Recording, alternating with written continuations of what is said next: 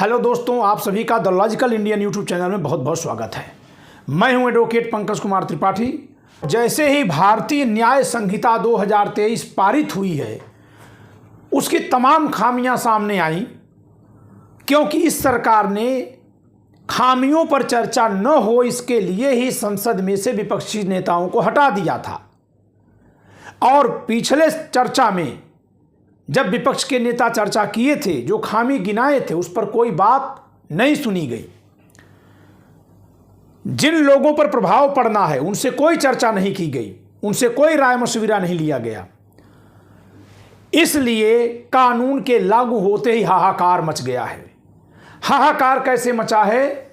धारा 106 पर मची तकरार, कहां सो रही है भारत की सरकार। ट्रक ड्राइवरों ने कर दी हड़ताल, देश में मच गया है हाहाकार। दोस्तों, अगर मुझे कहीं 50 रुपए की इनकम का काम करना है और ऐसा लगता है कि 40 रुपए तक का जोखिम आ सकता है कभी, तो ठीक है, मैं कर लूंगा। अधिकतम जोखिम 40 रुपए तक का।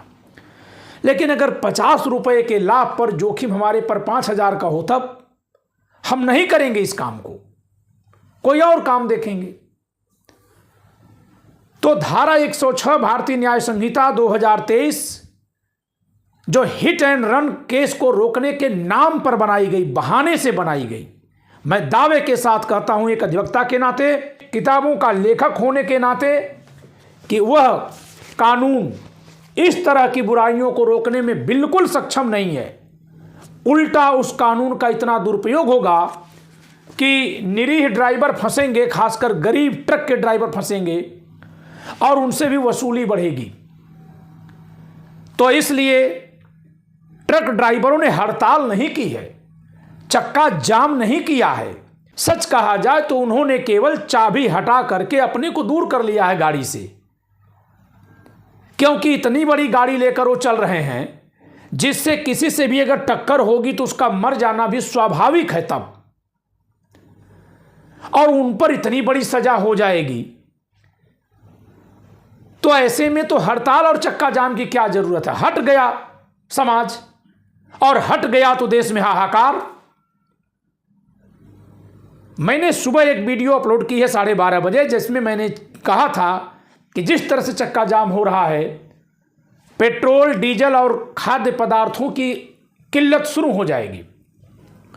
और अभी मैं देख रहा हूं कि पेट्रोल पंप पर लंबी लंबी कतारों में लाइनें लग गई हैं। आखिर जो सरकार, यानी नरेंद्र मोदी जी, प्रधानमंत्री जी, बिहार के विधानसभा में नीतीश कुमार जी परिवार नियोजन पर भाषण देते हैं, उनकी जुबान फिसल जाती है, उसको सुन लेते हैं, लपक लेते हैं, गपक लेते हैं और पलट देते हैं। कहां? मध्य प्रदेश के चुनावी सभा में।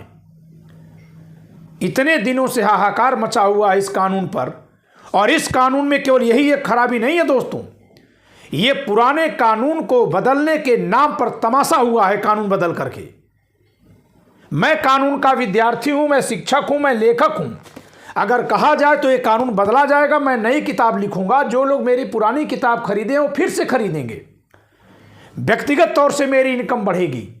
ऊल जलूल कानून जब लिख दिए जाएंगे, लोग जेलों में जाएंगे, फंसेंगे, वकालत के नाते हमारी इनकम बढ़ेगी। लेकिन इससे हमारा देश पीछे जाएगा, और इस नाते देश का एक नागरिक होने के नाते मेरा ये धर्म बनता है, मेरा ये कर्तव्य बनता है, मेरा ये नागरिक कर्तव्य है कि मैं ये बताऊं कि ऐसे कानून कितने खराब हैं, न कि उस खराब कानून में लोगों को पिसने दूं और फिर लेखक के नाते, अधिवक्ता के नाते अपने लिए लाभ का मार्ग तलाश लूं। तो दोस्तों, इस कानून में बहुत सारी खामियां हैं। न केवल भारतीय न्याय संहिता की धारा 106 में जो ड्राइवरों पर लागू होने जा रही है, बल्कि कुछ आवश्यक प्रावधान नहीं लिखे गए हैं। सीआरपीसी में 90 दिन तक पुलिस रिमांड की व्यवस्था कर दी गई है। सुप्रीम कोर्ट के तमाम वकीलों ने बात कही है। और सीआरपीसी के धारा 187 जो पुरानी कानून की धारा 167 की जगह ले रही है, उसमें जो 90 दिन की पुलिस कस्टडी का विधान किया गया है, वो हर मामले में लागू होगा। यानी ये ट्रक ड्राइवर भी पकड़े जाएंगे तो 90 दिन तक पुलिस कस्टडी में रखे जा सकेंगे। मरता क्या न करता। इस देश में आप जानते हैं कानूनों का दुरुपयोग बहुत संभव है, और सबसे ज्यादा दुरुपयोग पुलिस वाले करते हैं, यानी पुलिस के जरिए सरकार में बैठे लोग करते हैं। इनको हेलमेट दिखता है, सीट बेल्ट दिखता है, ये नहीं मिलेगा चालान। सड़क में गड्ढे हैं, किस पर चालान होगा? गृह मंत्री जी, परिवहन मंत्री जी गडकरी साहब, उस पर भी कोई कानून बताइए।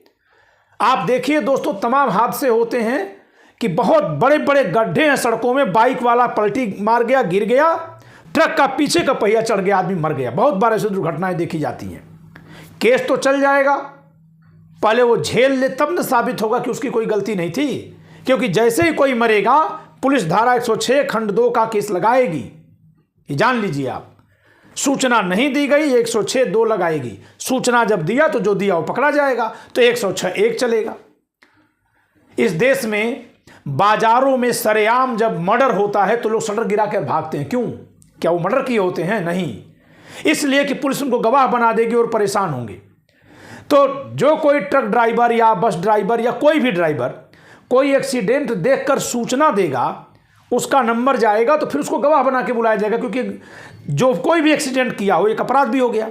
सूचना देने वाले को कहा जाएगा तुम तब कहाँ थे, किसने कुचला, कैसे कुचला। और अगर कोई सूचना देते हुए ये कहेगा कि मैंने ही कुचल दिया, तो फिर तो वहीं पकड़ लिया जाएगा। व्यवहारिक बात बताइए दोस्तों, हम लोग कानून के विद्यार्थी हैं। कोई भी व्यक्ति ये सूचना देगा, कोई भी माँ बाप जो अपने बच्चों को चाबी पकड़ाएंगे, वो बोलेंगे कि जरा बेटा सूचना दे देना, कहीं कोई सड़क पर घायल होगा तो? नहीं कहेगा, नहीं कहेगा। तो अब तो और बुरी दिशा हो जाएगी। जैसे रेप कानून को इन्होंने बर्बाद कर दिया है कि अब जो है झूठे केस हो रहे हैं, या फिर लड़कियों के रेप के बाद मर्डर कर दिए जा रहे हैं। अरे भाई, कानून के प्रति आस्था तो यही है ना कि बलात्कारी हत्यारा राम रहीम को लगातार पेरोल पे पेरोल, बिल्किस बानो के रेपिस्ट गुनाहगारों को सरकार ने छोड़ा है। बीएचयू में आईआईटी की छात्रा के साथ बंदूक की नोक पर मंदिर में, शिक्षा के मंदिर में रेप करने वालों को यह सरकार बचाई है, पूरी तरह से 100% बचाई है। ऐसे लोग कानून बना रहे हैं और हम मान लें कि वो सही कानून इसलिए बना दिए क्योंकि वो वोट से जीते हैं। तो ये सड़कों पर जो खड़े होकर के नारा लगा रहे हैं, जो चक्का जाम किए हैं, ये कौन लोग हैं? सरकार को बहुत जल्दी होश में आना होगा और एक ही नहीं, 2 बात मांगनी है। ट्रक ड्राइवरों से, बस के ड्राइवरों से मेरी अपील है कि 2 मांग करिए। इस कानून को हटाकर इसकी जगह पर सही कानून, पुराना कानून, जो केवल लापरवाही भर के लिए थोड़ा सा दंड दे और हिट एंड रन वाले के लिए अलग से बने, जैसा मैं बार बार सुझाव दे रहा हूं।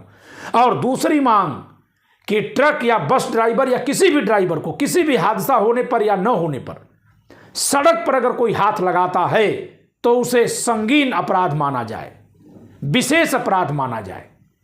अगर उसकी केबिन में कोई घुसता है, चाहे पुलिस वाला हो चाहे कोई हो, ड्राइवर को प्रताड़ित करने के लिए, तो इसे गंभीर अपराध माना जाए। ऐसा एक कानून बनना चाहिए।